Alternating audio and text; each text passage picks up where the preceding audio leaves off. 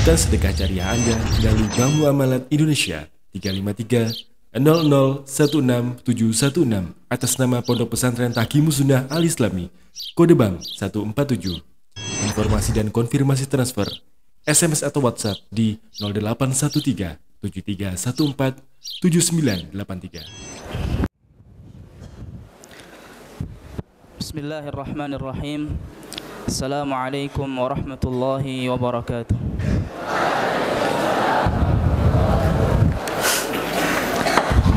Innal hamdalillah nahmaduhu wa nasta'inuhu wa nastaghfiruhu wa nastahdihi wa natubu ilaihi wa na'udzu billahi min shururi anfusina wa sayyiati a'malina. May yahdihillahu fala mudilla lahu wa may yudlil fala hadiya lahu.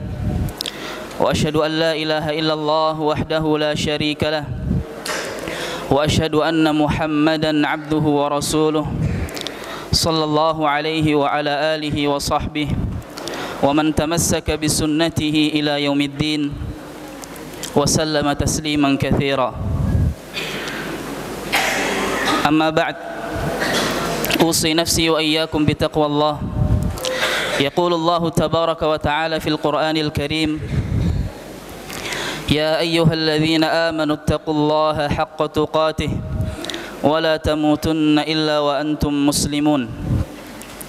يا أيها الناس اتقوا ربكم الذي خلقكم من نفس واحدة وخلق منها زوجها وبث منهما رجالا كثيرا ونساء واتقوا الله الذي تساءلون به والأرحام إن الله كان عليكم رقيبا.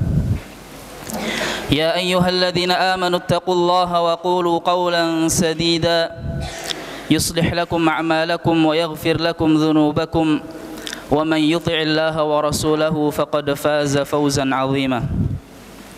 أما بعد، فإن أصدق الحديث كتاب الله وخير الهدي هدي محمد صلى الله عليه وسلم وشر الأمور محدثاتها فإن كل محدثة بدعة وكل بدعة ضلالة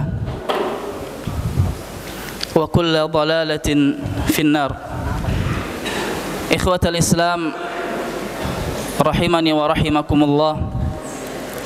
Alhamdulillah, segala puji bagi Allah Subhanahu wa taala atas segala limpahan karunia dan nikmatnya kepada kita, sehingga pada kesempatan kali ini Allah Subhanahu wa ta'ala dengan nikmatnya, dengan taufiknya mengizinkan kita untuk bisa bermajlis di masjid yang insya Allah kita cintai. Kemudian salawat serta salam tak lupa kita haturkan kepada Rasulullah Muhammad sallallahu alaihi wasallam.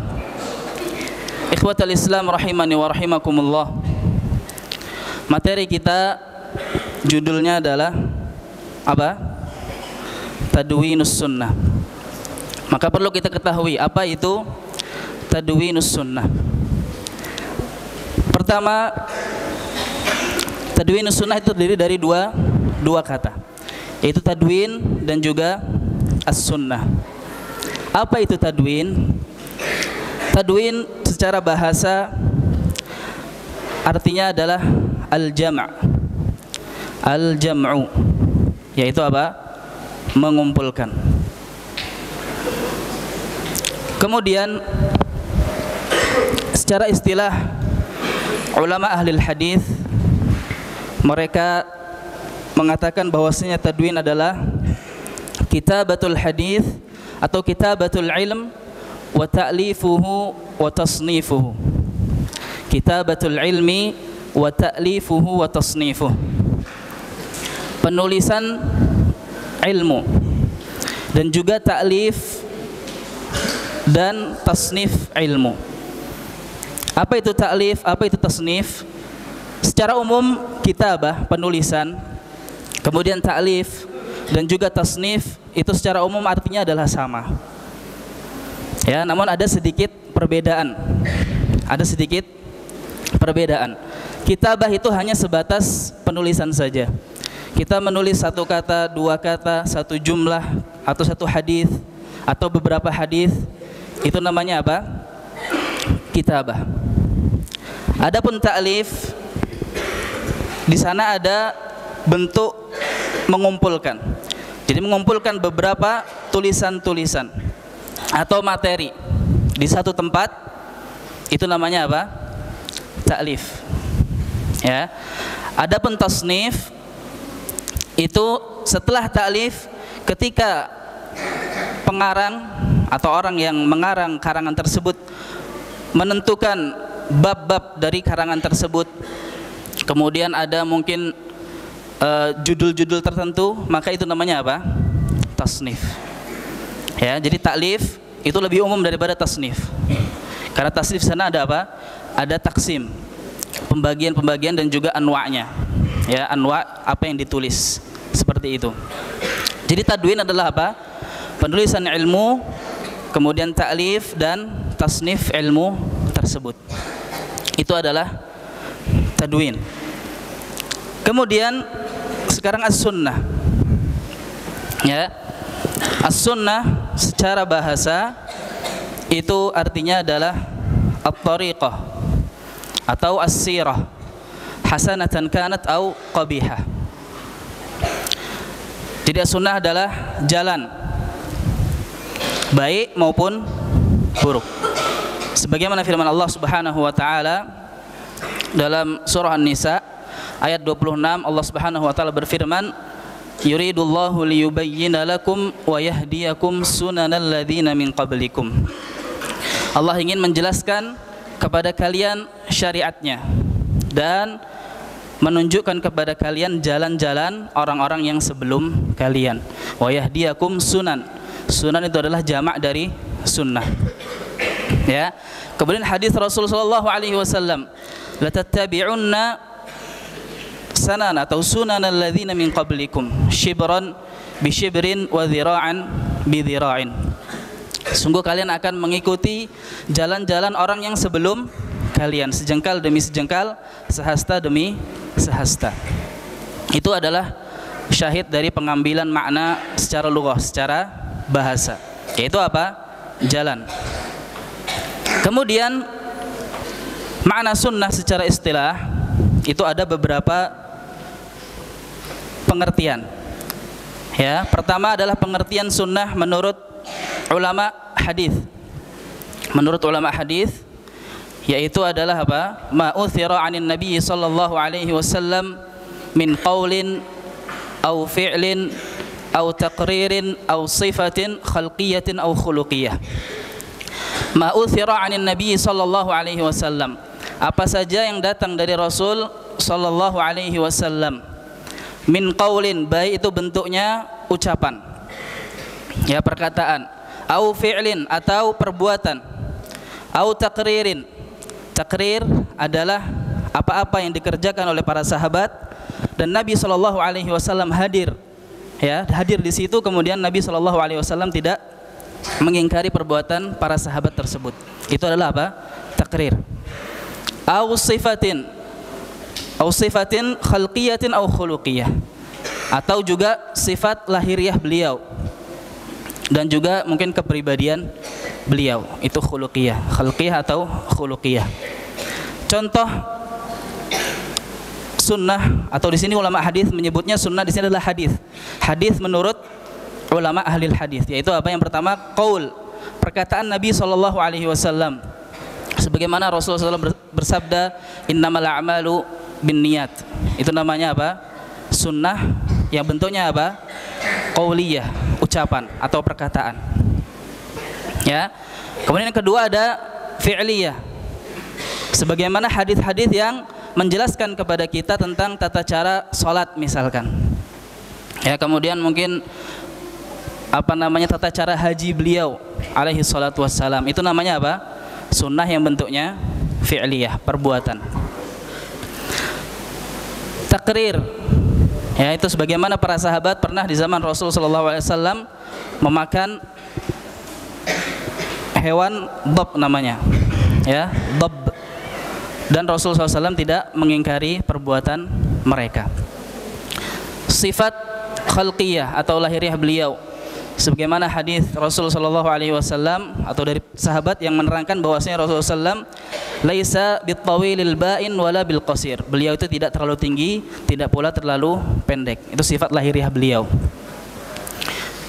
Kepribadian beliau sebagaimana hadis Rasul sallallahu alaihi wasallam, kana Rasulullah sallallahu alaihi wasallam ahsanan nas wa kana ajwadan nas. Beliau adalah sebaik-baik manusia dan orang yang paling dermawan. Itu adalah apa? Sifat khuluqiyah beliau, kepribadian beliau. Maka ulama hadis pengertiannya terhadap sunnah atau terhadap hadis itu luas. Itu luas. Apa saja yang ada atau datang dari Rasulullah SAW mereka sebut sunnah. Itu menurut para ulama hadis. Ada juga pengertian dari ulama usul. Ulama usul. Mereka mencukupkan sunnah atau hadis dengan apa? Qaul. Yang pertama qaul, kemudian fi'il, ucapan, perbuatan beliau dan takrir. Hanya 3 itu saja. Bahkan sebagian ditambahkan mimma yasluhu an yakuna dalilan li hukmin syar'i. Yang mana perkataan Nabi tersebut, perbuatan Nabi tersebut dan takrir Nabi tersebut bisa dijadikan dalil untuk hukum syar'i. Bisa dijadikan dalil untuk suatu hukum syar'i. Jadi ulama usul itu mengambil atau mengartikan hadis itu dengan apa-apa yang bisa dijadikan dalil terhadap suatu hukum syar'i saja. Ya. Maka sifat Nabi sallallahu alaihi wasallam, kepribadian Nabi sallallahu alaihi wasallam, kemudian bentuk lahiriah beliau itu tidak termasuk hadis menurut ulama usul karena tidak bisa dijadikan dalil. Ya. Seperti itu. Karena pembagian Allah masing-masing. Lahiriah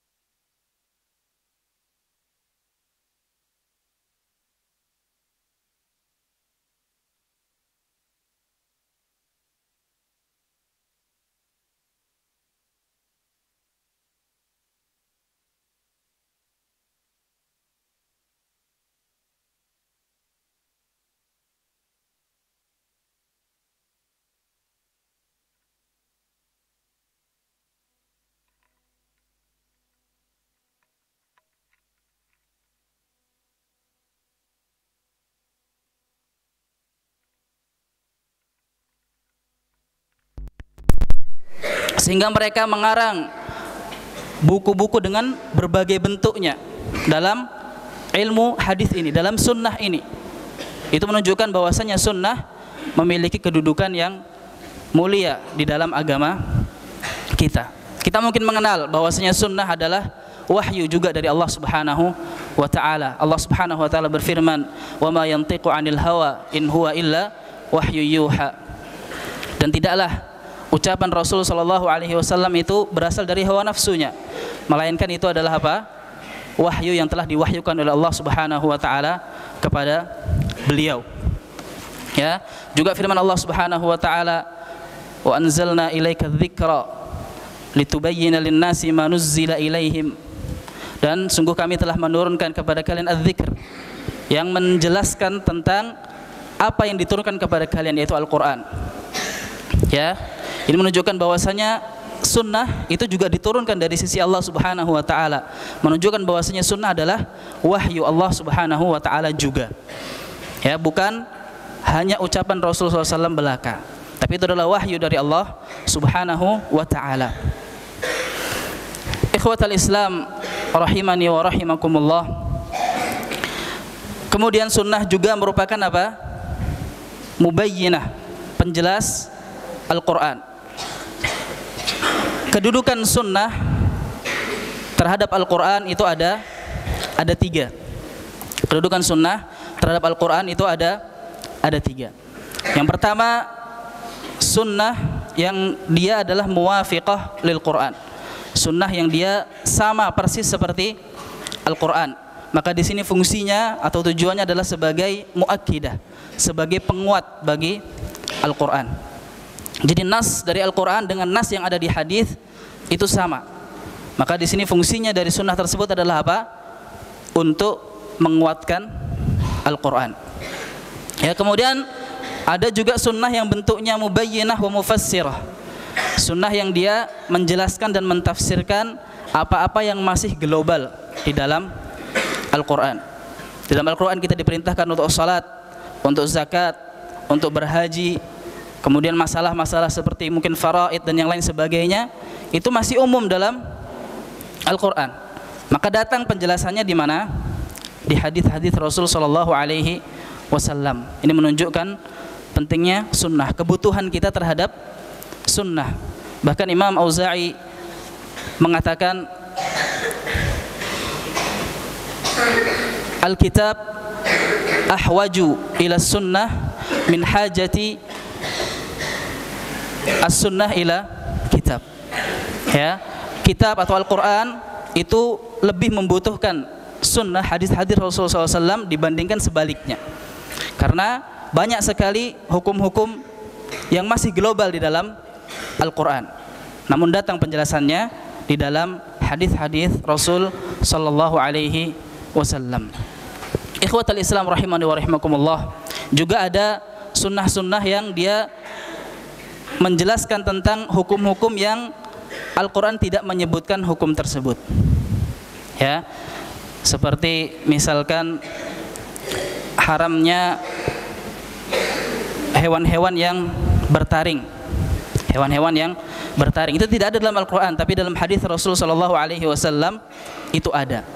Dan tiga jenis sunnah ini wajib kita jadikan hujjah. Wajib kita jadikan hujjah. Tidak boleh kita beda-bedakan. Ya. Kemudian kita masuk ke masalah kitabah, penulisan. Ya, masalah kitabah, penulisan. Kita perlu mengetahui tentang keadaan masyarakat di zaman Rasul sallallahu alaihi wasallam. Ya, mereka adalah sebagaimana disifatkan oleh Allah Subhanahu wa taala dalam Al-Qur'an, huwallazi ba'atsa fil ummiyina rasula. Allah lah yang mengutus Muhammad sallallahu alaihi wasallam di tengah-tengah umat yang ummi. Apa itu ummi? Orang-orang yang tidak bisa membaca dan menulis. Orang-orang yang tidak bisa membaca dan menulis. Jadi mayoritas. Ya, di sini penamaan ummi ini mayoritas, bukan semuanya. Tapi mayoritas masyarakat pada zaman itu, di saat itu mereka tidak bisa membaca dan tidak bisa menulis. Ya. Ada beberapa sebab, di antaranya karena mereka itu hanya memikirkan daruriyatul hayah, apa saja yang mereka perlukan dalam hidup mereka. Yang penting saya bisa hidup, maka cukup. Sehingga mereka tidak belajar caranya membaca, caranya menulis. Kemudian juga tidak tersebarnya alat-alat tulis zaman dahulu. Ya. Kemudian mereka mencukupkan diri dengan hafalan. Jadi orang zaman dahulu itu hafalannya kuat-kuat. Orang-orang zaman dahulu itu hafalannya kuat-kuat. Nah, dari sini ketika turun atau datang Islam, baru mulailah Rasul sallallahu alaihi wasallam menggerakkan manusia untuk belajar membaca, menulis, sebagaimana setelah perang Badar, ya, itu tawanan-tawanan yang ditawan oleh Rasul sallallahu alaihi wasallam, salah satu bentuk penebusannya adalah apa? Dengan cara mengajarkan anak-anak yang ada di kota Madinah cara membaca dan menulis. Sehingga mulai dari situ tumbuhlah kesadaran para masyarakat.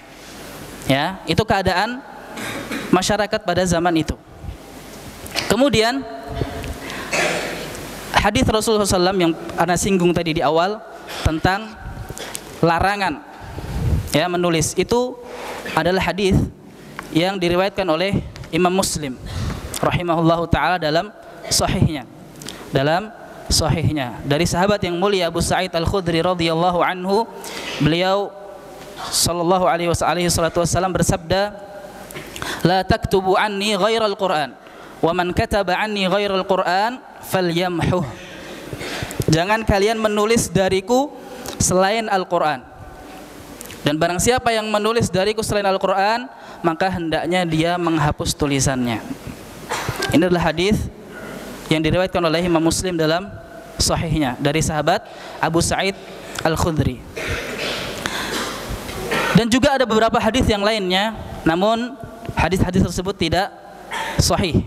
Dan hanya satu hadis ini saja yang menurut sebagian ulama hadis ini sahih, sebagaimana pendapat Imam Muslim, karena beliau keluarkan dalam sahihnya. Ya. Kemudian setelah kita mengetahui ada hadis yang melarang, kita juga tidak boleh melupakan bahwasanya di sana ada banyak sekali hadis yang menerangkan bahwasanya Rasulullah SAW membolehkan para sahabatnya untuk menulis. Ya, sebagaimana hadis yang diriwayatkan oleh Abu Hurairah radhiyallahu anhu, beliau menceritakan tatkala Fathu Makkah, ya Rasulullah SAW berkhutbah. Kemudian ada seorang dari Yaman namanya Abu Syah, ya, dia berdiri kemudian mengatakan kepada Rasulullah SAW, "Uktubu li ya Rasulullah, tuliskanlah untukku ya Rasulullah sallallahu alaihi wasallam." Maka Rasulullah SAW merintahkan sahabatnya untuk menuliskan khutbah yang beliau sampaikan untuk Abu Syah tadi. Uktubu li Abi Syah, tulislah untuk Abu Syah. Ya, juga athar dari Abdullah bin Umar radhiyallahu anhuma, beliau mengisahkan, "Kuntu aktubu kulla syai'in asma'uhu min Rasulillah sallallahu alaihi wasallam uridu hifdhahu."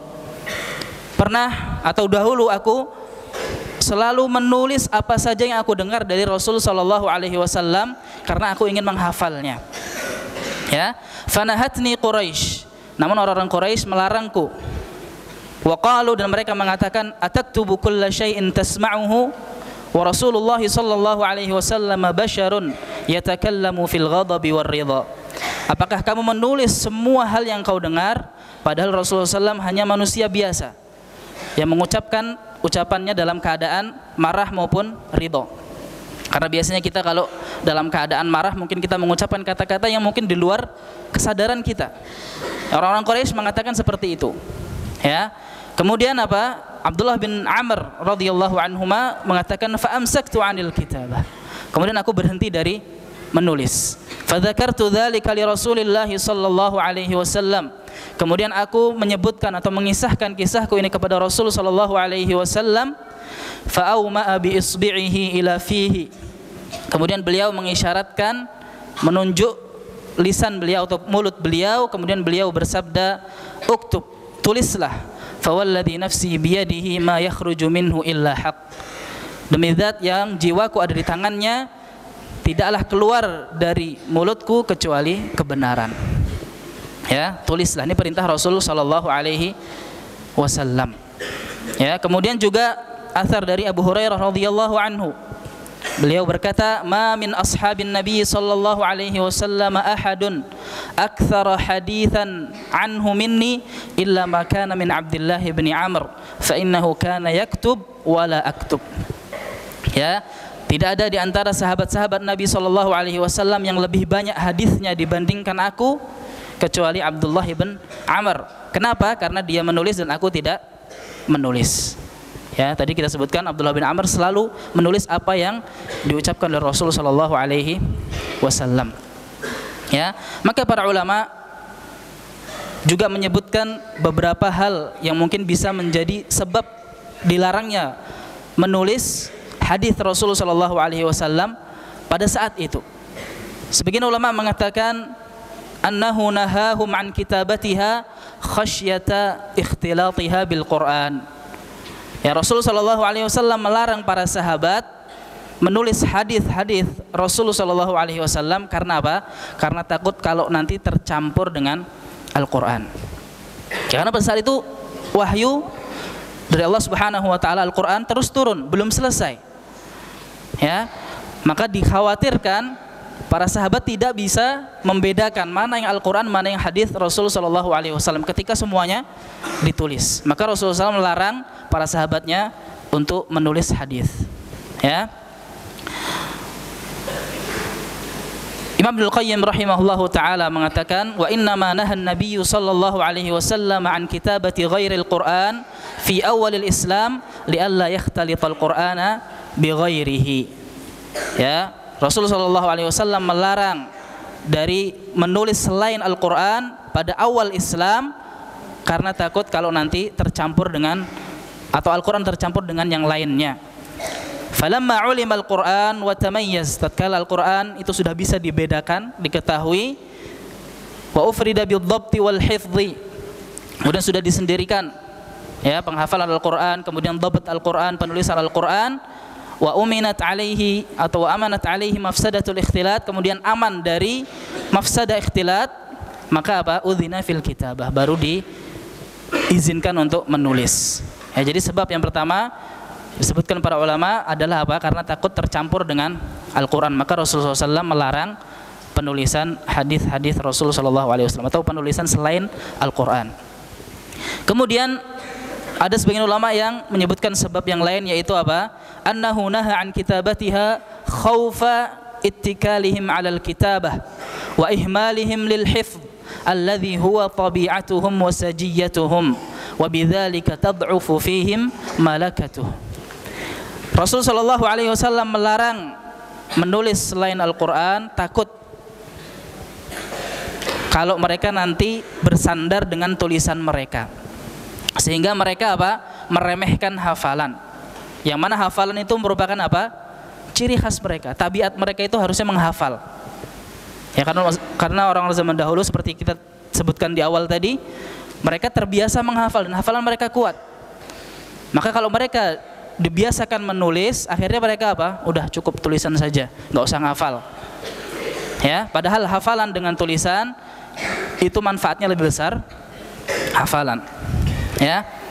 Kemudian juga ada yang menyebutkan sebab yang lain, annal arifina bil kitabah kanu fi sadril Islam qalilin.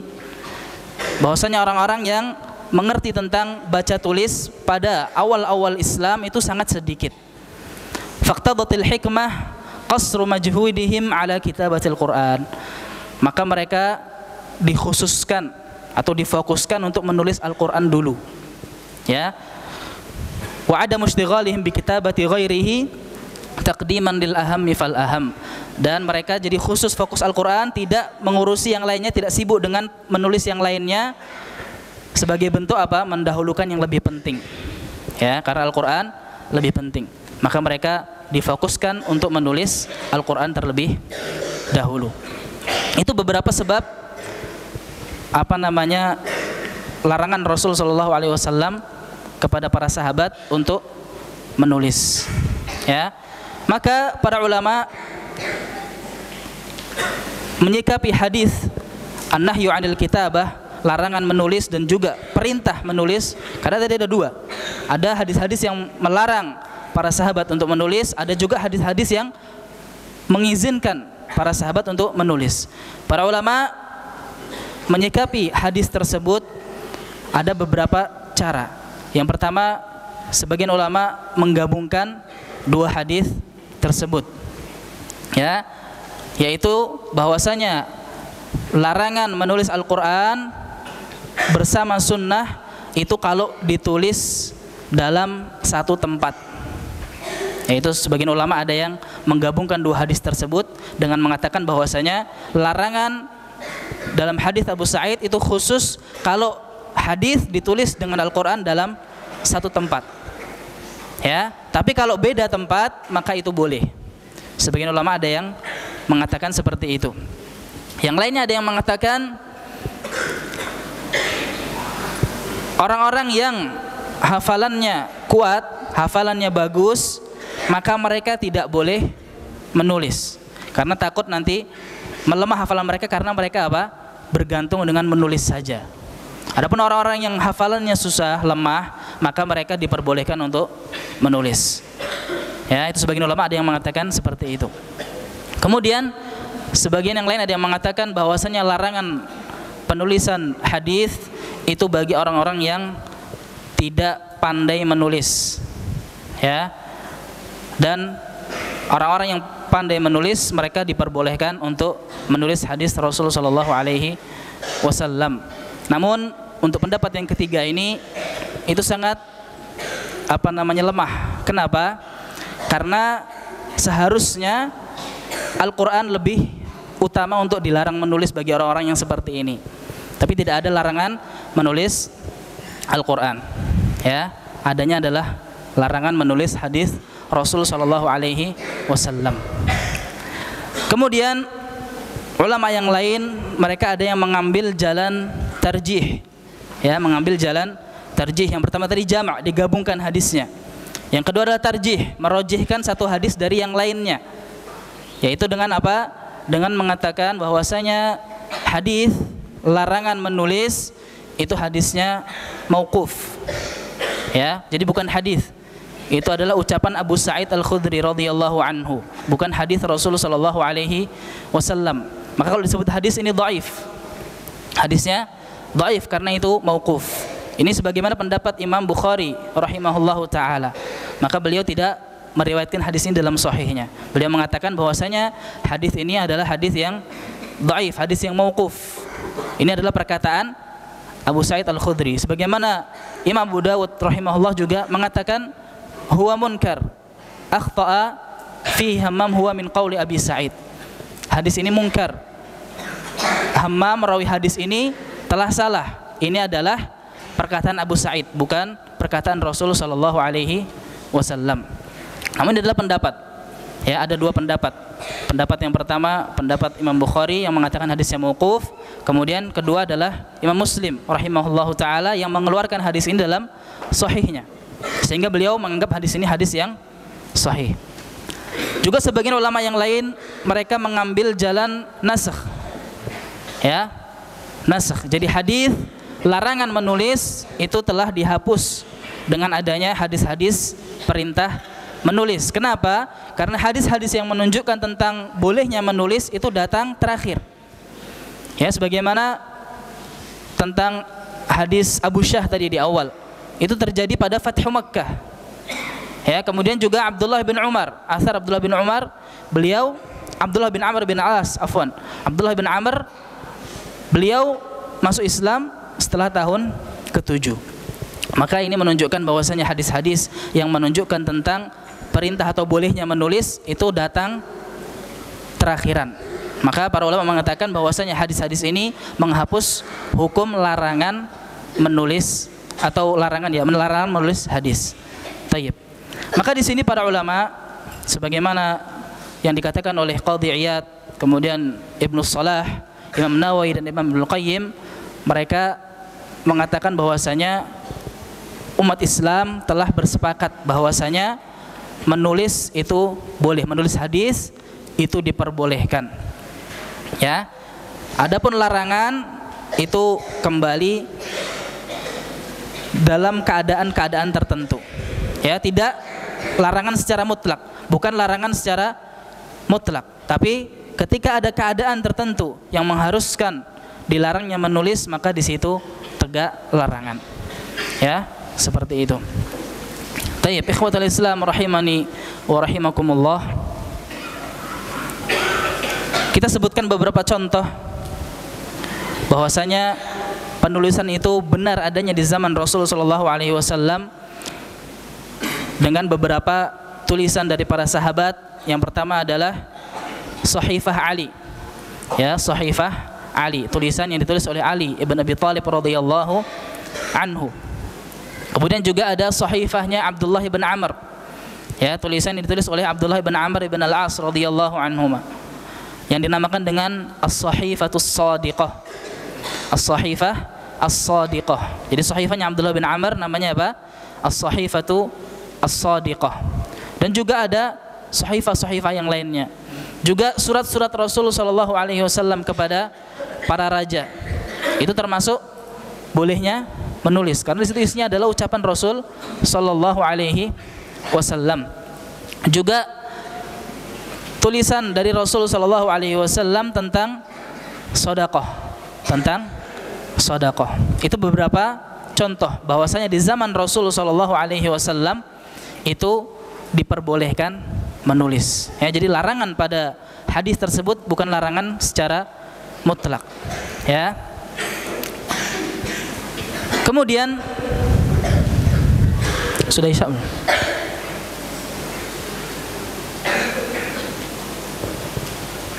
Sudah. Baik.